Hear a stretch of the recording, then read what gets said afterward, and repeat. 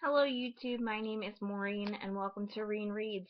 And you're right, it's review time. I read another book and it was awesome. I read In Cold Blood by Truman Capote. I won't lie, I watched the movie in between reading the book, and watching the movie Capote with Philip Seymour Hoffman was very helpful, I must admit. This book, I'm kind of going to read off the back. In 1959, a tragedy struck the town of Holcomb in Kansas. 4 people were murdered in their house, and there was not a speck of evidence except for 2 footprints. Um, so it was a father, a mother, and their son and daughter were just murdered, literally in cold blood, for seemingly no reason. And what Truman Capote did, he saw a article in the New York Times that was about 300 words and was so intrigued by it that he wrote this book. He traveled to Kansas. He traveled with his friend, his longtime childhood friend Harper Lee, who wrote To Kill a Mockingbird. And what they did, he researched, he interviewed a lot of people in the town, and he basically follows from even up before, even before the Clutter family was murdered, follows the murderers along a trail of weirdness. He follows the murders themselves, and then after the murders, and the whole court case to follow. It is extremely interesting. It was one of the first books of its time written like this, the non-fiction novel. Literally, it's a non-fiction story, but the whole time you're reading it, you're thinking, it's a book. It's a great story. And it's just hard to believe that it's real. Um, a lot of people apparently criticized Truman Capote because they thought that he had, what's the word, that he fabricated some of the instances in the book, but I don't know, I think that's up for you to decide.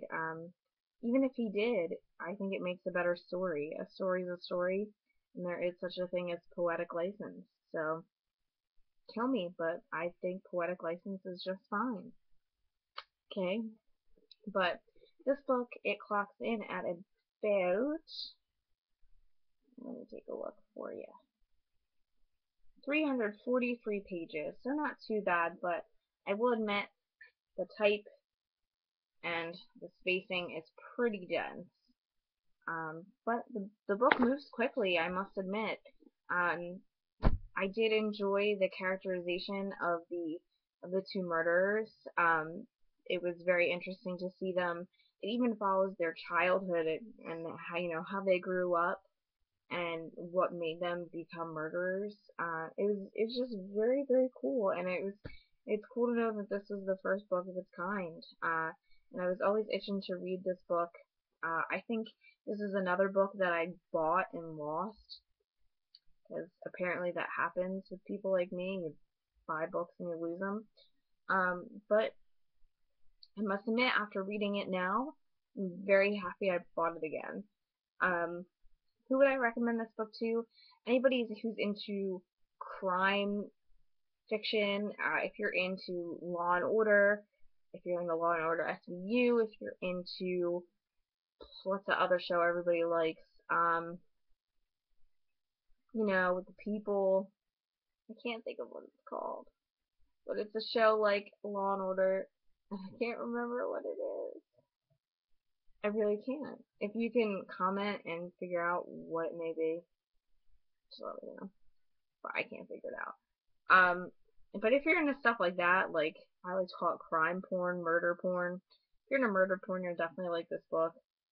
If you're into like the classics, definite classic, especially books that you were supposed to read in high school, but you're like, hey, I should probably try and read it now.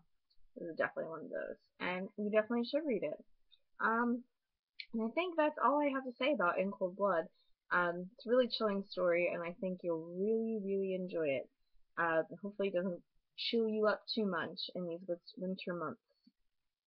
I fucked that up. I'm trying to be witty and it doesn't work. Oh well, shoot me. Alright, YouTube. Till we meet again.